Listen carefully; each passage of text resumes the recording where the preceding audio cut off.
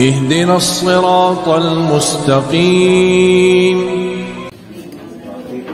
Assalamualaikum warahmatullahi wabarakatuh.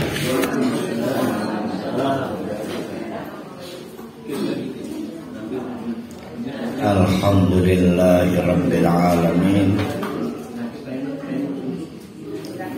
Nahmaduhu wa nasta'inuhu wa nastaghfiruh wa na'udzu billahi min syururi anfusina wa min sayyiati a'malina.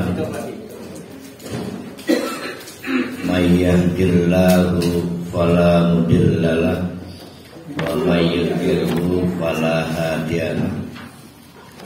Asyhadu an la ilaha illallah wa asyhadu anna Muhammadan abduhu wa rasuluh la nabiyya ba'da. Insyaallah kita akan meneruskan surah An-Nahl yang sering dikenal juga Suratun Ni'am. Surat di mana Allah mengingatkan kita banyak nikmat-nikmat yang tidak bisa kita pungkiri, sehingga karena menghitungnya itu tidak mungkin,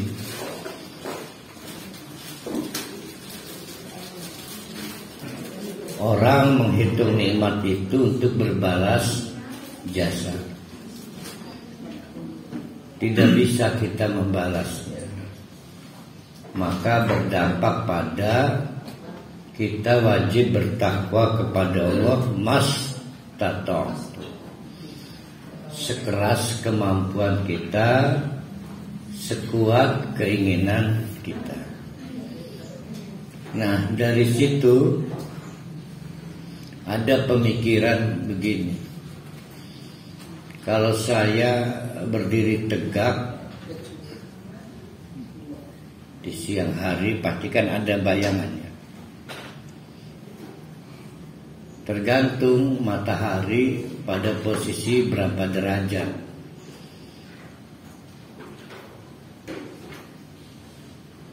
Kemana saya bergeser, pasti bayangan saya ikut. Mungkin tidak ada bayangan tidak ikut. Mungkin enggak? Nah, saya bisa menundukkan bayangan saya. Bayangan saya itu membuktikan sujud kepada saya. Pernah juga saya berpikir, bayangannya mau sujud, tapi pokoknya nggak mau sujud. Mungkin nggak itu ya, saya pikirin. Nah, nanti kita akan ketemu ayat fenomena tentang bersujudnya bayangan-bayangan materi benda.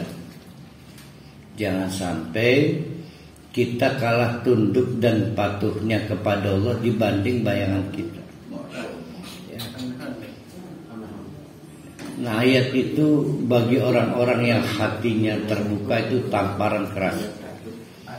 Saya lupa itu ayat berapa, tapi rasanya mestinya hari ini ketemu ya. Mestinya hari ini ketemu. Nah, kenapa ini penting diungkapkan di awal sebelum kita meneruskan di ayat 29? Karena sekali lagi Suratun Nahli atau Suratun Ni'am ini adalah bagian dari kasih sayang Allah.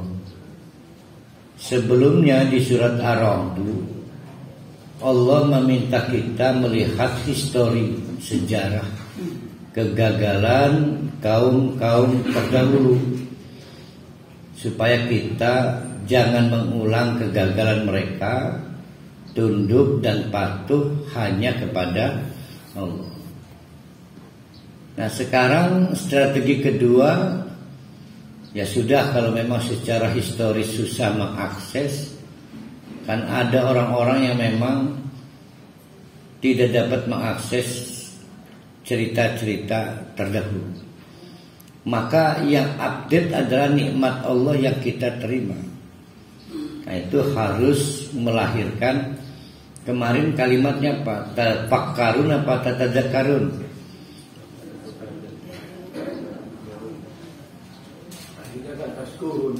Ya kan, pembukanya taskurun. Tafakkarun apa tatadzakkarun? Nah, zikrun itu gagasan dasarnya al-zikru ay al-ilmu. Al-zikru ay al-ilmu. Jadi ide dasar tentang az-zikru itu al-ilmu. Berarti kalau ada kalimat la'allakum tadzakkarun, hendaknya kalian mampu mengambil ilmu. Ilmu yang tidak mengantarkan pemiliknya kepada Allah disebut ilmu sampah. Pernah kita bahas di Ramadan kan. Ya. Ilmu yang tidak mengantarkan pemiliknya kepada Allah disebut ilmu sampah. Dari mana kita tahu? Innama yakhsyallaha min ibadihi al-ulama. Orang yang memiliki kapasitas keilmuan itu suatu kemestian dia takut pada Allah. Berarti logikanya suatu ilmu dapat dinyatakan bukan ilmu sampah kalau mengantarkan pemiliknya pada takut kepada Allah. Nah, la'allakum tadzakkarun, mudah-mudahan kalian memiliki ilmu yang menjadikan kamu ingat kepada Allah. Itu gagasan dasarnya. Nanti kan ketemu la'allakum tafakkarun. Nanti ketemu lagi la'allakum ta'qilun. Mau la'allakum tadzakkarun, la'allakum tafakkarun, la'allakum ta'qilun, tetap pembukanya la'allakum tashkurun. Terima dulu baik pengalaman historia, ada yang ke daerah-daerah yang mantan diazab di mana, di Timur Tengah, atau kita membaca buku, mendengarkan nasihat orang tua tentang kegagalan orang-orang dulu. Nah, kita juga mensyukuri nikmat yang update, nikmat-nikmat. Kemarin dijejerkan binatang kan, air hujan dan lain sebagainya. Nah, kemarin di kajian hari Sabtu kita digambarkan ada orang yang merasa nyaman dengan ukuran best praktis kehidupan dunia. Dia tidak punya masalah bid'ah, padahal pelaku bid'ah karena melihat perdagangannya lancar. Dia tidak punya masalah kemusyrikan, padahal pelaku kemusyrikan karena indikatornya rumah tangganya baik-baik saja. Maka digambarkan oleh Allah, bagaimana kalau dia di suatu zona paling nyaman. Mana zona paling nyaman kita? Rumah kita. Tidak mungkin orang zona paling nyaman rumah orang lain, pasti rumah sendiri. Oleh Allah dibikin keropos pondasinya. Tiba-tiba plafon rigel ngegabruk, paling ketinjel kabeh. Bayangkan itu, di zona nyaman justru kita mengalami keapesan. Dan itu mudah buat Allah. Itu mudah. Jadi kalau begitu, ketika kita merasa nyaman, Ustaz, emang ada masalah. Kalau betul saya ini bid'ah, pasti rumah tangga saya nggak baik-baik saja. Nyatanya baik-baik saja dengan mantu rukun. Jangankan dengan mantu, saya coba tambah istri selingkuhan, nggak ada ribut. Jadi indikator-indikatornya zona nyaman seperti itu. Nah, Allah ingin mengingatkan ukurannya bukan begitu. Ukurannya kehidupan berkualitas itu, apakah di akhirat kita punya rencana lebih baik? Nah, ini kajian kita pada pagi hari ini akan kesini. Kalau begitu Ustaz, perdebatan kita kan di majelis ini kan panjang. Rabbana atina fid dunya hasanah wa fil akhirati hasanah. Yaitu tergantung hasanah menurut kita itu isinya apa. Kalau menurut pecinta akhirat, hasanah itu adalah hasanah di dunia adalah segala hal yang mengantarkan kita pada hasanah akhirat. Tapi kalau kita konsepnya materialistis, maka hasanah dunia itu artinya rumah mewah, ya, mobil mewah, istri, cari istri yang cantik lagi. Sulit. Jadi yang benar itu hasanah di dunia adalah hasanah yang mengantarkan kita pada hasanah di akhirat. Kalau begitu hasanah dunia udah tahu belum bentuknya? Belum tahu. Jadi kita harus tahu dulu target akhiratnya di mana. Nanti berdampak pada hasanah di dunia. Nah, itu mestinya sudah berakhir perdebatan tentang doa sapu jagat itu, karena kemarin sudah diperbaiki di mana hasan akhirat diganti menjadi khair. Ya kan kemarin begitu kan. Nah, ini saya lagi bantu murojaah, maka mari kita lanjutkan dari ayat 30. Wakila, dikatakanlah. Berarti yang dikatakan itu yang ngomong Allah. Lilladzina, kepada orang-orang yang ittaqau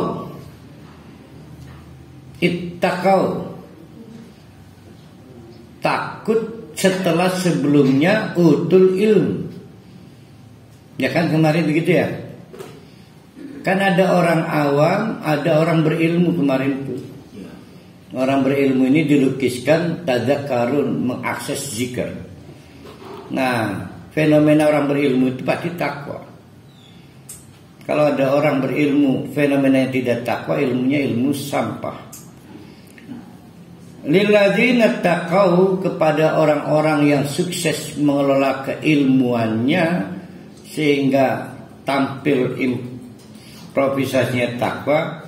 Apa kata Allah? Madza anzala rabbukum, menurut kalian yang telah diturunkan Allah dari langit apa saja? Nah, sekarang sama gamenya. Ada Bu Aslihah, ada Bu, misalnya Ajromlah kerunya, Bu Halalah, nama si bunga. Ada Bu Aslihah dengan si bunga ditanya, Bu Aslihah, apa yang paling berkesan yang Allah turunkan dari langit? Bunga pertanyaan yang sama. Kata bunga, hujan. Saya punya keterkaitan dengan hujan. Kata Bu Aslihah, enggak, bukan hujan, Al-Quran. Itu pasti akan mengkonfirmasi siapa Bu Aslihah, siapa Bu bunga. Berarti Bu Aslihah kelompok pecinta ya akhirat dong, akhirat. Sementara Bu bunga pecinta dunia. Apa salah fokus pada hujan, dan apakah lebih benar fokus pada Quran? Dua-duanya dari Allah. Ini mengkonfirmasi siapa dia. Sama di sini juga. Orang yang bertakwa itu ketika ditanya, Madza anzala rabbukum, menurut kalian apa yang diturunkan Allah dari langit? Atau kalimat lebih benarnya, lebih simpelnya, apa yang paling berkesan yang diturunkan Allah dari langit?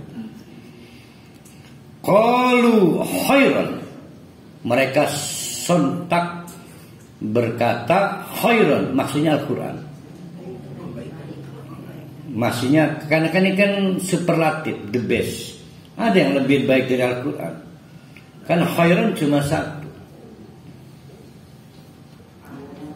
Wala ni'ma darul muttaqin. Nah, dan tempat sebaik-baik bagi orang bertakwa itu adalah akhirat. Kok lompat ke situ? Ya benar ya. Lilladzina ahsanu fi hadhihi dunya hasan. Bagi orang-orang yang mastata'tum, kemarin udah kita bahas ya. Mastata'tum itu konkretnya adalah ihsan. Ya. Masih kan enggak urut-urutan konsepnya.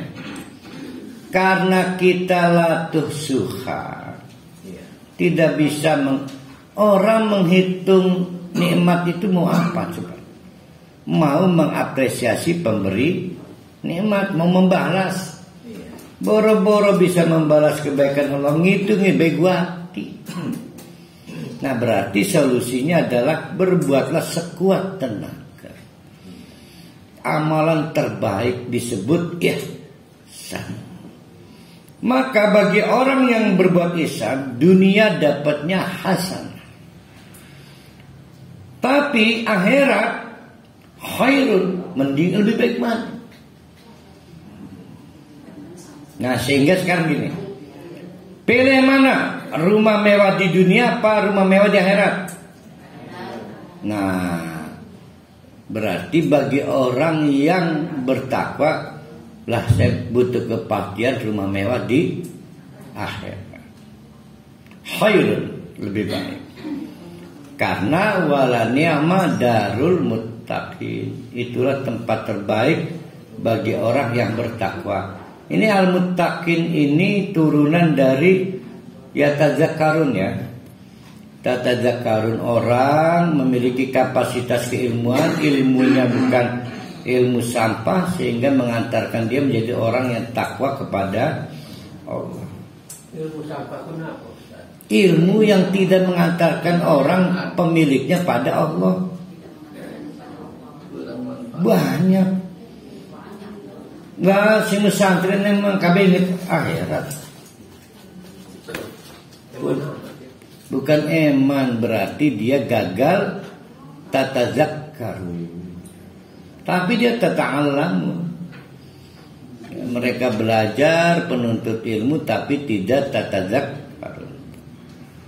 Penyakit ustad. Banyak orang itu pengen jadi ustad karena pengen sugih. Itu kan turunan dari zaman gereja kan. Karena kaum sarjana agama di zaman Perancis segala itu kaum elit dulu. Nah, sekarang diangkat lagi sehingga Pak Panji mau pira kan. Pak Panji ada berapa Panji coba? Ada Panji Tirtayasa, ada Panji Gumilang, ya, ada lagi Panji si pemburu hewan itu, ular itu, Panji Tengkorak. Nih, masih ingat Panji Mas ya? Berarti orang bengen Panji sedikit. Nah, ingat Panji Mas, ingat koran adil berarti ya. Masyarakat anti masyarakat. Itu cinta bagi masyarakat Ustaz. Iya, ya karena Buya orang Padang, Buya Hamka ya. Masya Allah. Bentuknya apa? Tempat bagi orang yang bertakwa. Ingat-ingat bertakwanya. adalah Jannatu Adnin, suatu kawasan khusus bernama Eden, di mana yadkhulunaha,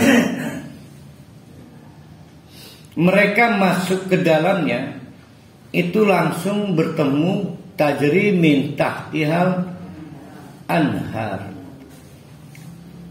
Jangan vulgar, karena surga itu telah dipagari satu kaidah, adalah segala sesuatu yang belum pernah kamu lihat dan belum pernah kamu dengar. Di sini Allah membantu kita membangun imajinasi. Bayangkan surga itu ada air mengalir. Apa yang bisa ibu-ibu bayangkan, bapak-bapak? Boleh jadi perih waktu di dunia pengen duit kayak kono duit. Pengen punya kolam renang di rumahnya itu. Kali kan. Yang punya kan siapa si YouTuber itu namanya? Sing Tete Ustadzah kan. Ria Ricci siapa punya. Itu pun enggak luas. Rapi Ahmad. Kenapa kita orang-orang yang ahli ibadah, senang mengaji ini tidak seperti itu ya fasilitasnya? Don't worry, jangan khawatir. Itu kecil, nanti di akhirat kita dapat semuanya. Tapi tentu nggak apple to apple. Kalau cuma kolam renang, pokoknya gak tinggal bayangkan pasti. Nah, saya ingin membantu bapak-bapak, ibu-ibu. Kok di sini nggak digambarkan bidadari?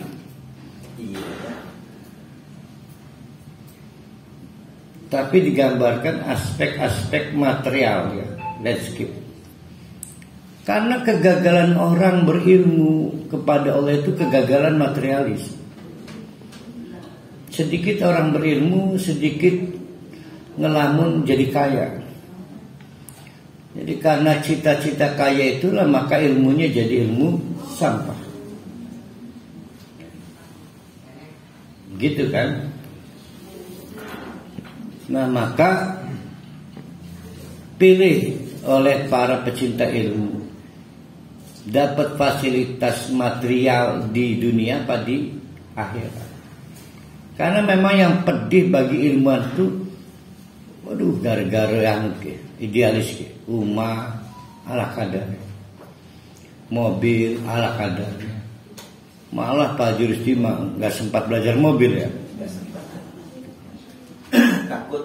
Takut apa sibuk. Tapi Imam Syafi'i enggak. Jadi teman saya ini makan punya peluang kaya Pak Juristi. Teman saya suruh saya beli mobil. Saya bilang saya takut. Kenapa takut? Takut minjam-minjam nanti saya bilang. Oh iya, bagus juga. Vespa. Berarti ini Anda benar tekniknya. Vespa pakainya. Saya tahu Vespa. Masih Vespanya Pak Juristi. Jelek, berapa jelek? Ya Vespa jadul masih. Sudah rusak, habis, hancur. Vespa pertama hancur. Bukan, barangnya masih ada nggak? Nggak ada lagi. Saya penggemar Vespa. Aduh. Kalau Pak Juristi pengen tahu hibah terbaik ke saya ya Vespa. Jadi gaji saya real pertama yang paling membuat saya bangga itu saya belikan Vespa. Dan itu gaji real pertama saya. Kok sama Pak? Vespa dua panut yang Jepang saja. Kok sama kita ya? PS 100 warna putih. Saya beli di Seragen. Saya ingat, saya bawa ini sampai sekarang jadi pajangan. Real kedua saya belikan bedak istri. Jadi kalah istri mah dengan Vespa itu. Kalah. Makin cinta ya Pak? Enggak, gitu, tetap saya ngelus-ngelus Vespa aja. Karena Vespa itu kayak VW, mudah diperbaiki sendiri. Mesinnya diangkat, mesin jahitkan.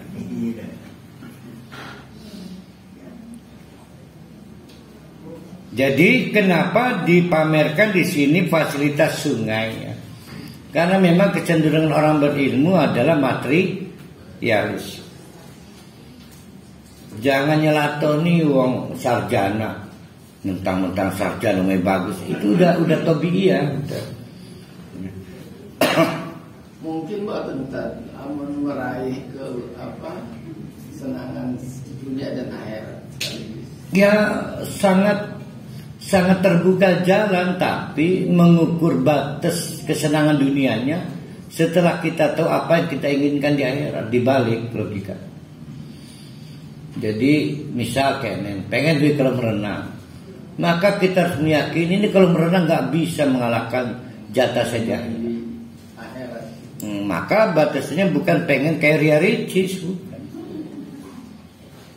Kan ada obsesif kan, kita ini kan jerong pontang mematil lah ya. Matil itu kepengenan Pak. Jangan dipanjangkan matil. Jadi Pajar Sima orang paham. Udah lama di Serang. Lama di Serang. Jadi Ada yang salah Ustaz. apa tuh? Pendamping saya ini nggak mau ngajak saya bahasa Serang. Khawatir ngelayap. Galima Bu Eha ikut teteh Bu Yanti ya? Ya. Pemkot Yanti. lah ya kan kita. Yang bahasanya Bu Yanti kan. Hah? Iya. Bu Haji Eha teteh Bu Yanti.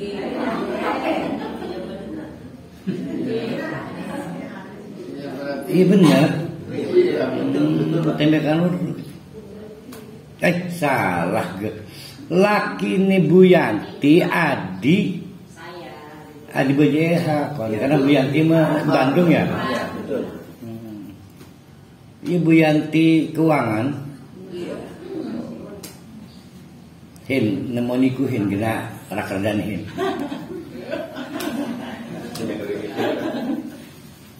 Dulu biasa ketemu wong bangkir kan. Orang nyaku nyambungi merini. Karena kan kita ingetin cuang baik kan. Iya, cuan.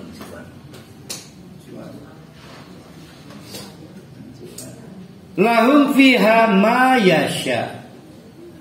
Di surga Paja Suro apa baik yasha yang diinginkan, masih ingat gak? Bahasa biasa kemarin. Iya. Apa? Yang pengen syai'un, sesuatunya terwujud, itu tempatnya surga. Di dunia ini Allah tidak selalu memberi. Iya. Kalau pengen Allah semuanya memberi di surga. Di dunia ini tidak semua yang diinginkan terpenuhi. Kalau pengen semua yasha itu jadi syai'un, ya di berarti semakin tinggi ilmu pengetahuan orang, semakin banyak yang ingin diwujudkan di dunia. Tapi kita bilang pada hati kita, nanti itu tempatnya di akhirat. Nah itu kontrolnya. Kadzalika ya mekononlah. Ya begitulah. Yajzi Allah, membalas Allah al-muttaqin, orang-orang yang bertakwa. Takwanya karena kapasitas keilmuannya ya. Takwanya karena kapasitas keilmuannya. Siapa sih mereka itu? Nah siapa sih al-muttaqun itu? Yaitu orang-orang alladzina yang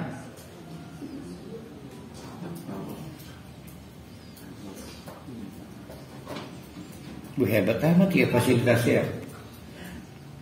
Yatawaffahumul malaika. Tatawaffahumul malaikat. Pada waktu dicabut nyawanya oleh malaikat. Thayyibina. Apa thayyibina itu? Kebaikan. Bukan bentuknya apa? Tidak sakit. Apa gimana itu? Sekali yang menyenangkan. Dah sekarang gini. Kapan kita sakit? Pada saat yang tidak kita harapkan datang. Ya. Sudah lama pisah ranjang istrinya. Nongol lagi sakit mah. Kenapa nggak yang baru yang nongol ya? Nah, malaikat bagi orang-orang bertakwa adalah yang dinanti-nanti. Sehingga ketika malaikat datang suenik kata tersebut. Nah, sehingga sakitnya hilang. Itu yang disebut dengan thayyibin. Tapi maling yang datang ke rumah kita gairut kan rusak. Orang tukang tagih, tukang leasing, aduh resah. Jadi kalau begitu suasana mencekam sakaratul maut itu apa sih? Ada yang tidak diharapkan datang. Tapi orang-orang yang bertakwa ngarep datang malaikat. Ngarep. Yaquluna salamun alaikum. Bayangkan itu. Tenang, salam. Pokoknya salam baik. Baik dari yang datang maupun yang didatang. Gak mungkin ada maling assalamualaikum kan, gak mungkin. Ya tinggal mungkin lah. Atau tukang tagih gue gaji marah-marah dipit assalamualaikum dipit, gak mungkin. Udkhulul jannah bima kuntum ta'malun. Nah ini yang saya berat di sini nih. Silakan masuk ke surga bima lantaran sebab. Bima lantaran sebab kuntum ta'malun. Iya tak kita masuk surga karena amalan kita. Nah ini rada berat buat saya. Tapi lagi-lagi yang ngomong ini malaikat, bukan Allah. Jadi menurut malaikat kamu layak masuk surga lantaran prestasi. Nah, padahal kita udah sangat hafal amalan kita nggak bisa buat beli surga, nggak bisa. Nah, gimana cara mendudukan ayat ini gimana? Coba.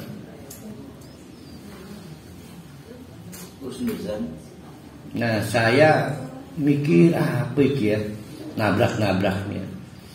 Sayanya nyoba begini.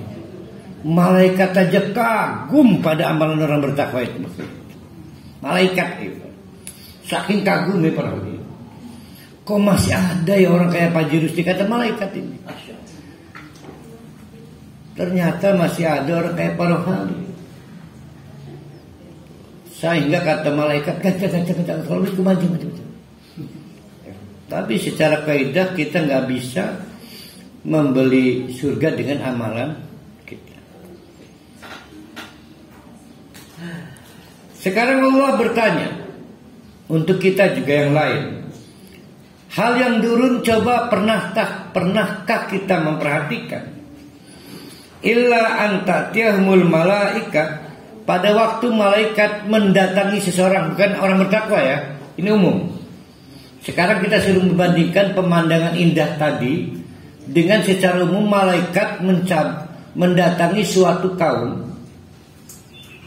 Berarti bawa apa itu malaikat itu? Ayo, bawa azab. Bawa azab. Awiyatia amru rabbika, atau memulai perkara Allah, apa? Kiamat. Jadi di sini ada dua peristiwa. Satu, bayangkan oleh kita suatu kaum yang ditimpa azab, atau situasi pada saat kiamat akan ditegakkan. Kadzalika fa'alal ladzina min qablihim. Itulah yang dapat kalian bayangkan ketika kaum Ad, kaum Samud itu ditimpa azab. Kocar kacir mereka. Kocar kacir. Tidak ada tempat yang aman untuk sembunyi. Tidak ada daerah yang bisa dikejar untuk melarikan diri. Gak ada. Wa ma dalamahumullah walakin kanu anfusahum yadlimun. Allah nggak pernah menganiaya mereka, justru merekalah yang mengundang azab itu. Jadi senjata makan Tuhan. Pertanyaannya, kenapa mereka diazab? Mereka diazab dengan ilmu mereka sendiri. Kan tidak mungkin azab datang kecuali setelah orang tahu tentang A, B, C, Z kan. Mungkin gak orang awam diazab Allah? Nggak mungkin. Jadi ilmu itu adalah pedang bermata dua. Satu bisa mengantarkan pada situasi indah di surga. Ternyata yang pernah terjadi adalah banyak orang berilmu diazab. Kaum Lut, kaum Nuh itu orang-orang berilmu. Ya.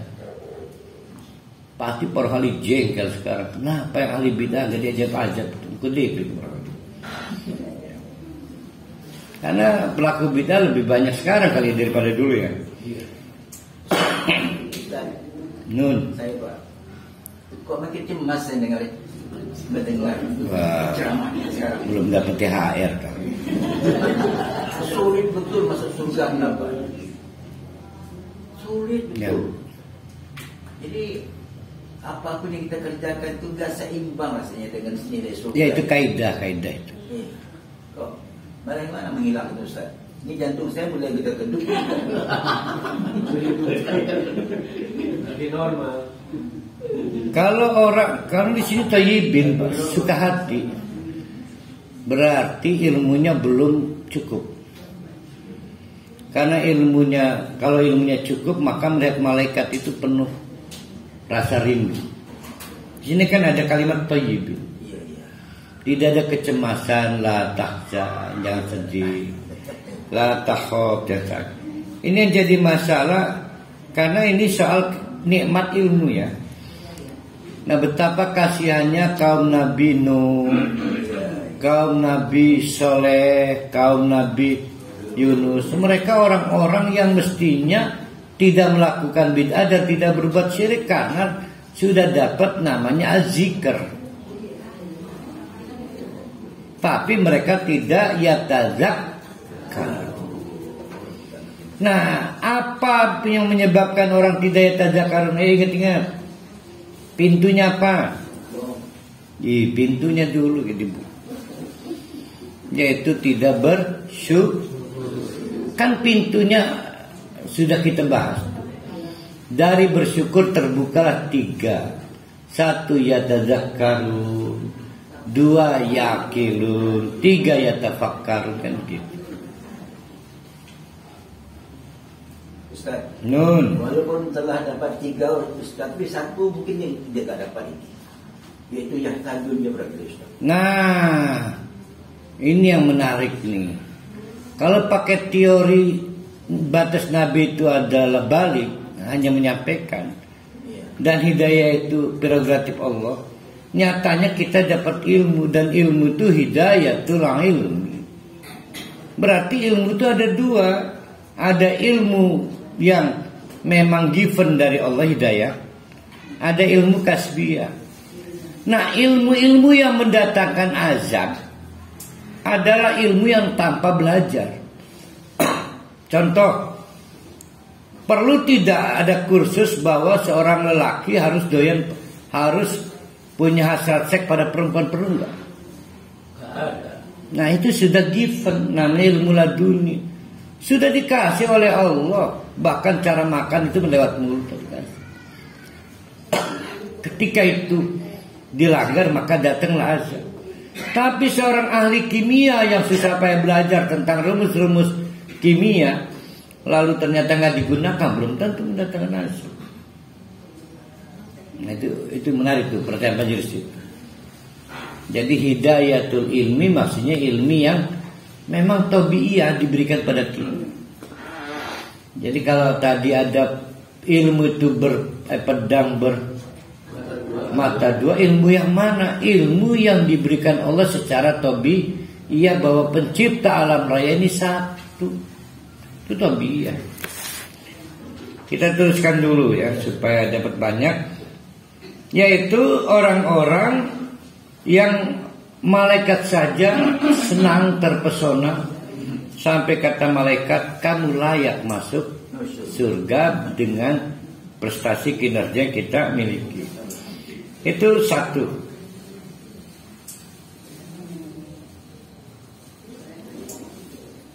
Fa'asobahum, maka orang-orang yang dolim pada diri sendiri adalah orang-orang yang menimpakan kepada mereka sendiri sayyi'atu ma'amilu, dampak buruk dari perbuatan mereka. Jadi azab adalah dampak buruk dari perbuatan kita, bukan hukuman Allah. Sayyi'atu ma'amil, dampak buruk dari perbuatan mereka. Wa haqa bihim ma kanu bihi yastahzi'un, dan mereka terkepung oleh apa yang mereka selama ini istihza, dibikin olok-olok. Jadi ini kan jalan ceritanya begini.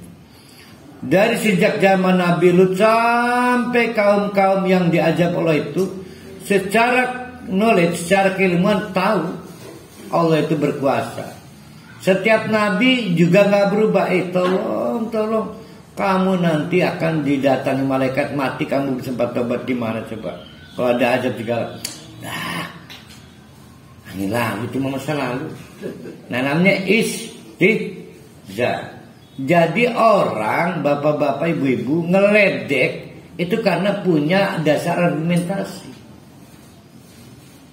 Ya, kenal Pangabalin? Iya. Itu Pangabalin.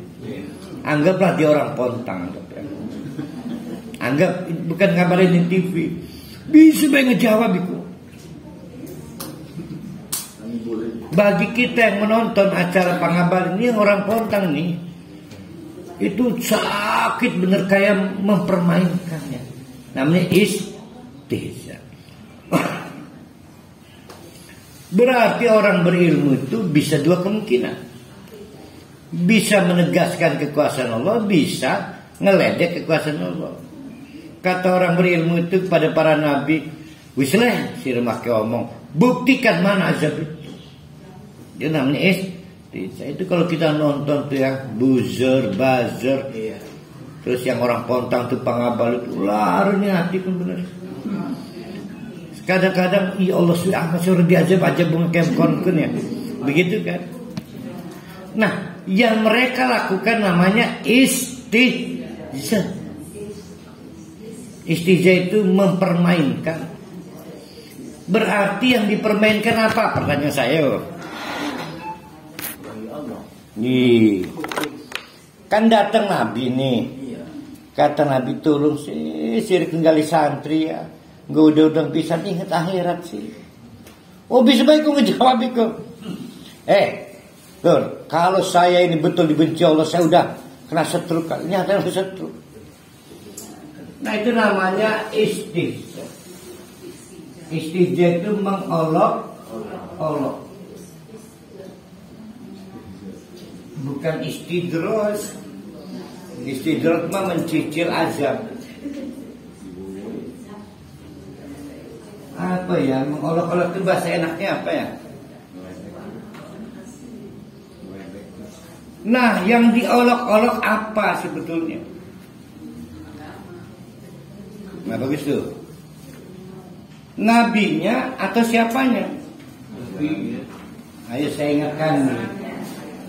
Saya ingatkan, sama Allah dikomentari mereka itu sebenarnya lagi nggak nyerang Nabi loh, tapi dulu mana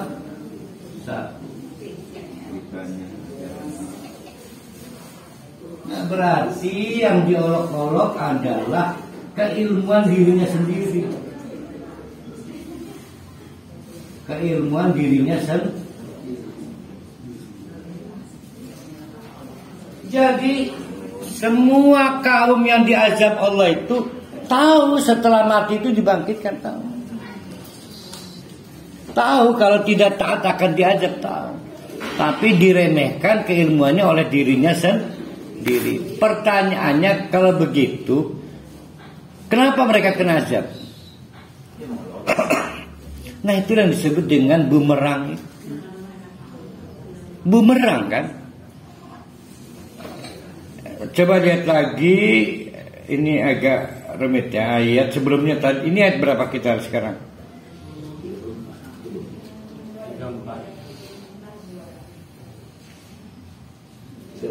Enggak, oke. Kok masih 30? Kok kita ngedengerin 40? Masih jauh amat ini.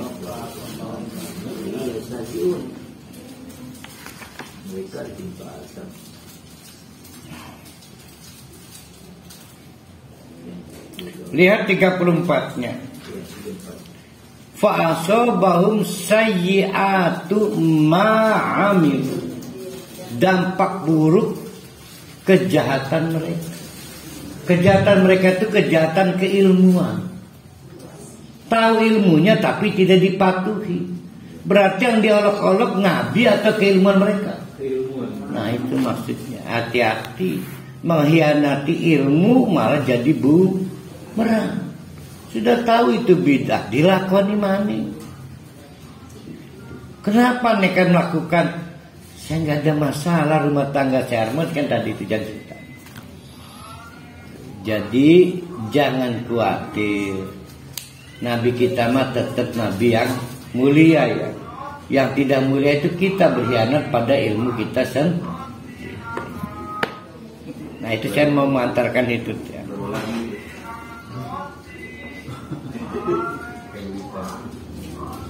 Tapi paham ya kalau ya. Ini udah kalingan. Jadi istihza itu istihza pada dirinya sendiri. Itu baru yang berilmu. Kalau yang tidak berilmu, Enak udah berilmu. Tapi di mana ada orang gak berilmu itu enggak ada.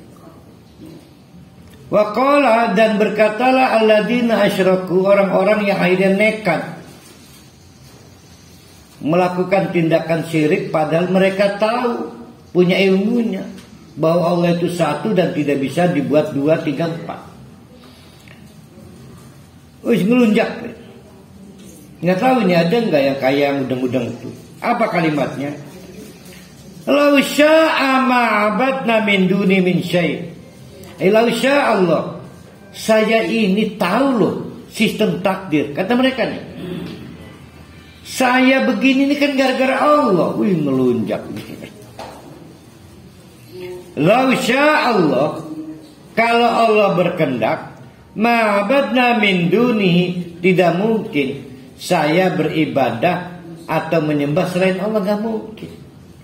Saya menjadi begini karena dikehendaki Allah. Itu dasar keilmuan bukan? Kan ngelunjak.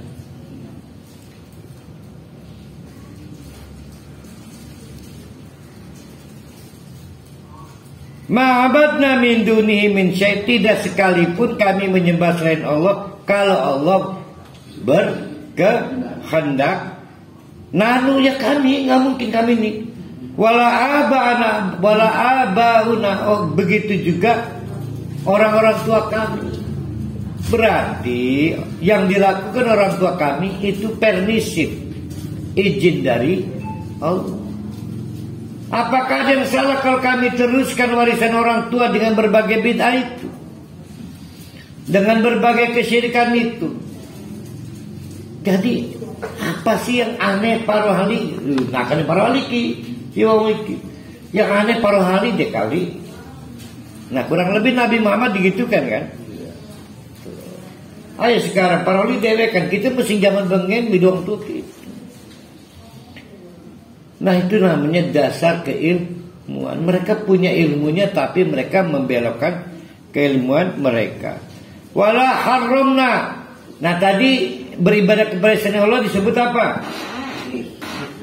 Musyrik ya. Berarti dosa mereka yang pertama musyrik.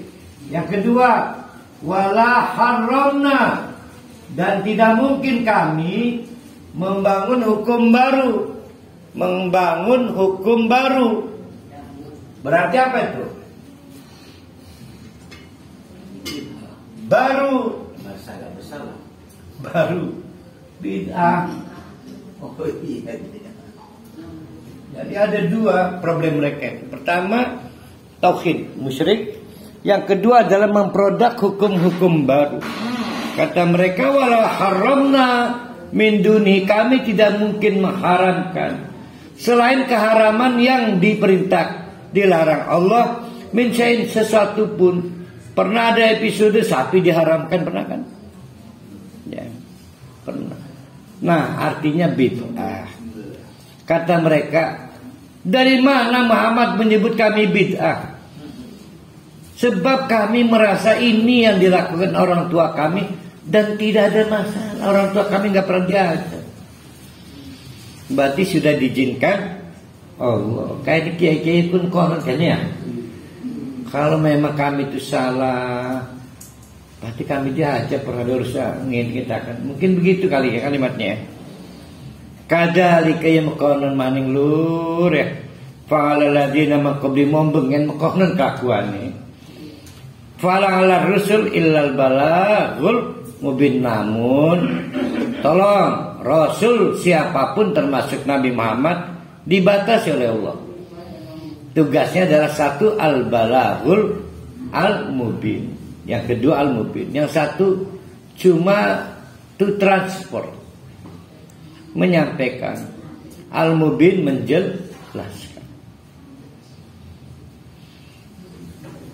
Berarti kalau suatu kali Nabi Muhammad menghadapi peta seperti serumit itu, gondok Nabi Muhammad itu, tapi nggak bisa bertanya, batasnya cuma menyampaikan.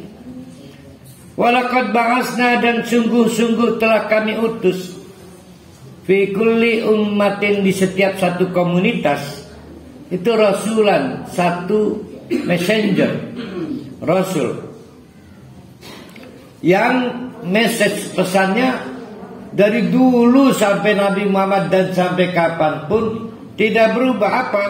Satu, tidak boleh syirik. Maka perintahnya an ya'budullaha wajtanibut taghut, hanya kepada Allah beribadah, jauhi taghut selain Allah. Nah, ada yang merespon menerima ajaran Nabi, ada yang merespon menolak karena merasa orang tua dulu nggak begitu. Maka kata Allah, faminhum, nah dari dulu nabi-nabi itu, maka diantara umatnya ada man, orang, hadallah, yang akhirnya diberi petunjuk oleh Allah, diberi petunjuk, ingat-ingat ya. Wa minhum, dan ada pula orang yang man, orang hakot, dibiarkan nyata jelas, alai dolalatu, dalam kesesatan, tenggelam dalam kesesatan. Kasihan amat ya. Pertanyaannya, berarti memang Allah ya yang ya ngasih hidayah ya? Pelakunya juga nggak merasa itu sesat. Dari namanya hidayah itu. Oleh karena itu para kali ini kata Allah nih, nasihat nih, fasiru fil ardi, traveling dong. Kalau punya rezeki traveling. Lihat tuh, di mana bekas Firaun, di mana? Aduh amat. Bekas Firaun, oh iya Mesir ya. Sing parah lah kita sing pontang dia sebelah ya. Bekas kaum Nabi Lut di mana? Ya di masih mana daerah negara sekarang? Nah, nabung, jangan snorkeling bae para halim. Para halim kan wis demen itu ini snorkeling. Nabung, kunjungi situs-situs umat-umat yang durhaka itu. Haji Ustaz nabung gena itu. Gena si dini-dini begai gati. Kalau gitu searching, masuk lewat Google. Nah kalau ada yang ini, ada yang lamanya nanti di-share, bekas kaum Lut dan sebagainya, itu bagus. Fasiru, traveling. Nah kalau ini dilakukan buat selihan, namanya traveling, nikmat-nikmat Allah itu juga bagus. Ya sambil snorkeling tuh. Nah buat saya tuh penggemar snorkeling. Fasiru, ayo traveling. Fanduru kaifa kana akibatul mukadzibin. Lihat dampak buruk para pendusta agama. Ya, lihat ya. Di Indonesia nggak ada kan ya Tangkuban Perahu, bukan kan? Ya walaupun ceritanya dongengnya anak durhaka kan. Artinya itu mendongeng. Ini mah bukti nyata yang di Quran ada kan. Traveling. Nyampe 30 juta orang kan lamun traveling kun. Ada nggak travel khusus? Bukan sambilan umrah, bukan. Ada travel khusus kan ada ziarah Wali Songo tuh. Nah ini mah ngelihat oh ya jejak Rasul benar. Ada paketnya. Berapa itu?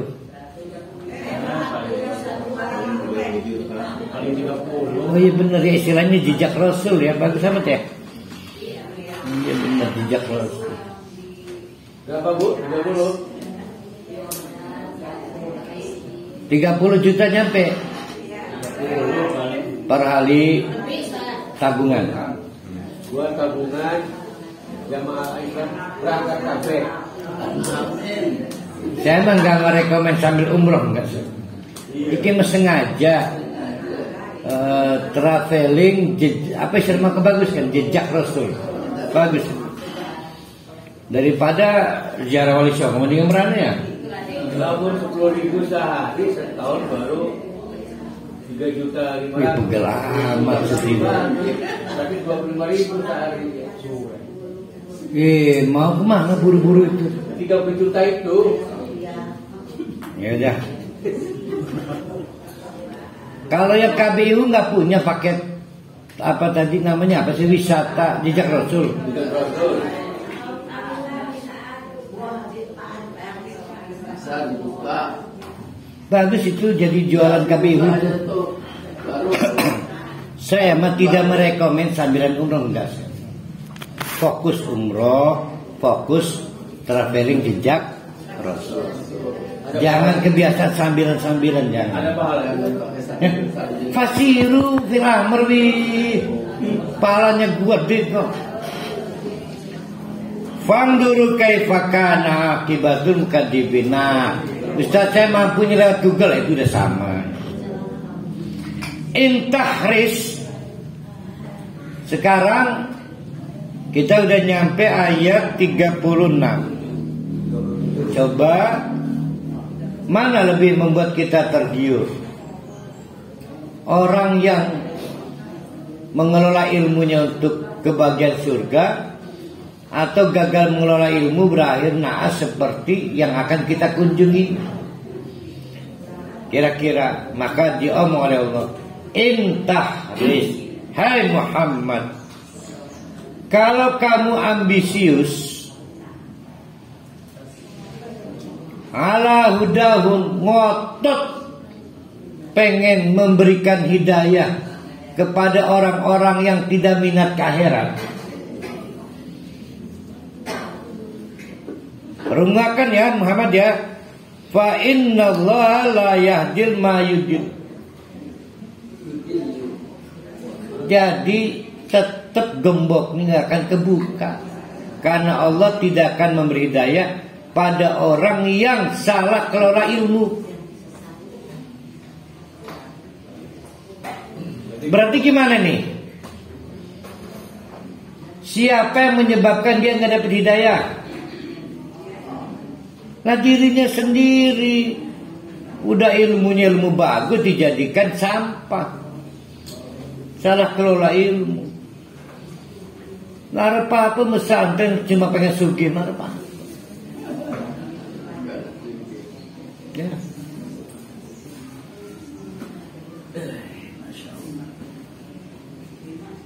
Tapi kadang-kadang ngelamun juga ya. Primen harus segi-segi bide malikun ya.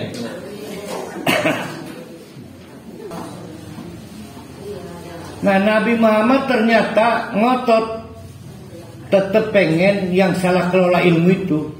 Ingat ya, fenomena sarjana keblinger itu ada di zaman Nabi Muhammad.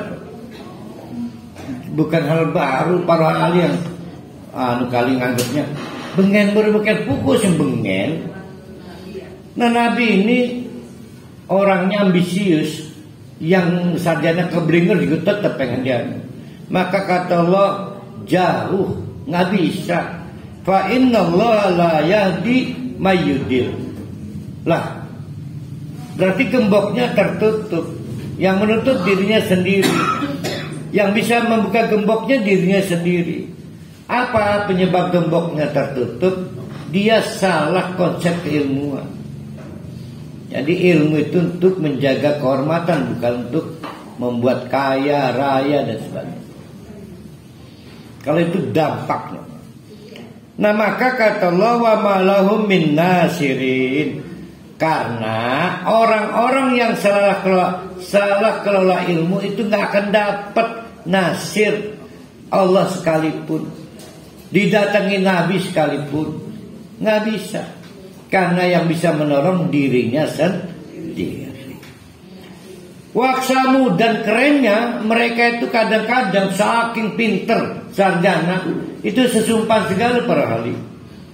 Waksamu, dan mereka kadang bersumpah billahi, pakai nama Allah, jada aimanim, serius sumpah ya, bahwa la yab'asullah mayyamut, mual bakal orang sudah mati itu dibangkitkan.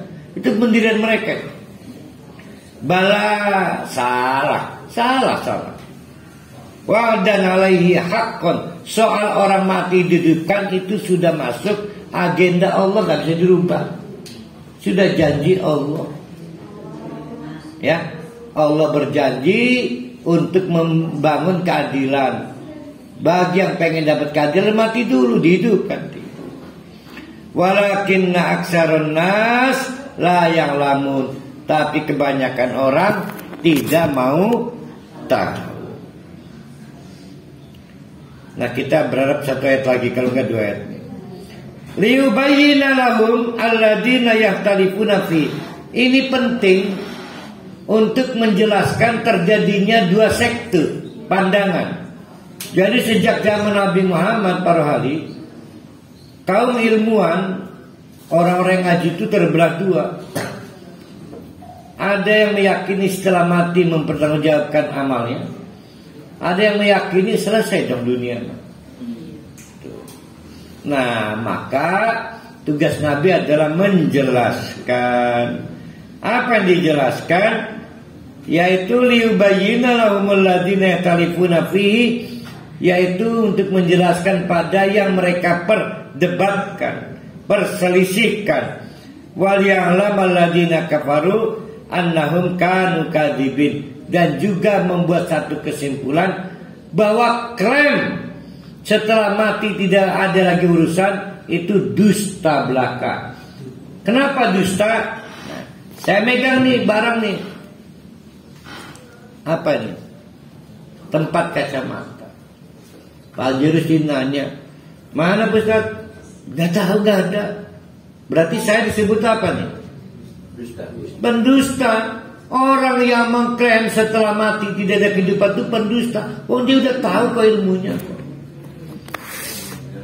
Mereka tahu, tapi mereka nggak sanggup mengimplementasikan ilmunya karena mereka pecinta dunia. Semua sarjana, semua santri termasuk jamaah pada dasarnya tahu kok menunda infak itu dosa besar. Tapi kan pengen belanja gitu. Nah, maka derajat kesesatan kita itu adalah dikaitkan dengan derajat pembangkang kita pada ilmu kita. Yang jadi masalah tugas saya, tugas para nabi, orang tua menasihat itu batasnya apa? Nggak bisa ngebuka kesesatan, nggak bisa. Karena dia yang membuka dan dia yang menutup. Berarti ilmu itu berbahaya. Ya. satu-satunya jalan, buatlah ilmu itu untuk mencapai akhirat. Dan maka disebut pendusta karena mereka sebetulnya ilmunya udah cukup ya. Kita masuk ke terakhir nih. Innama qauluna li syai'in, kan buat kami mudah aja bikin orang itu dapat hidayah. Masalahnya kan mereka yang menutup diri. Kata Allah, innama qauluna li syai'in idza aradnahu an taqula lahu kun fayakun. Semudah kami mengucapkan kun. Semudah kami mengucapkan kun. Ada yang lebih mudah enggak? Kalimat misalnya ya An-naqula bukan an-taqula. Ya an-naqula boleh. An-naqula lahu kun fayakun. Tapi nyatanya kami tidak ngobrol hidayah. Kenapa? Tadi yang buka, dia yang tutup, dia yang tutup, dia yang buka. Nah ini pelajaran buat para khali, buat kita orang tua. Ada batas kita menasihati anak. Nah banyak orang tua ngeluh, sohor anak kita pun barang estel ngelunjak, kalau bisa dinasihati. Dinasihati salat dua hati. Udah jangan ditangis, itu batasnya udah. Batasnya. Apa yang salah? Enggak ada yang salah, belajarnya enggak ada. Dia salah kelola. Begitu enggak kita ngalamin. Nah, naudzubillahi min dzalik, kita berakhir di ayat mana? 40.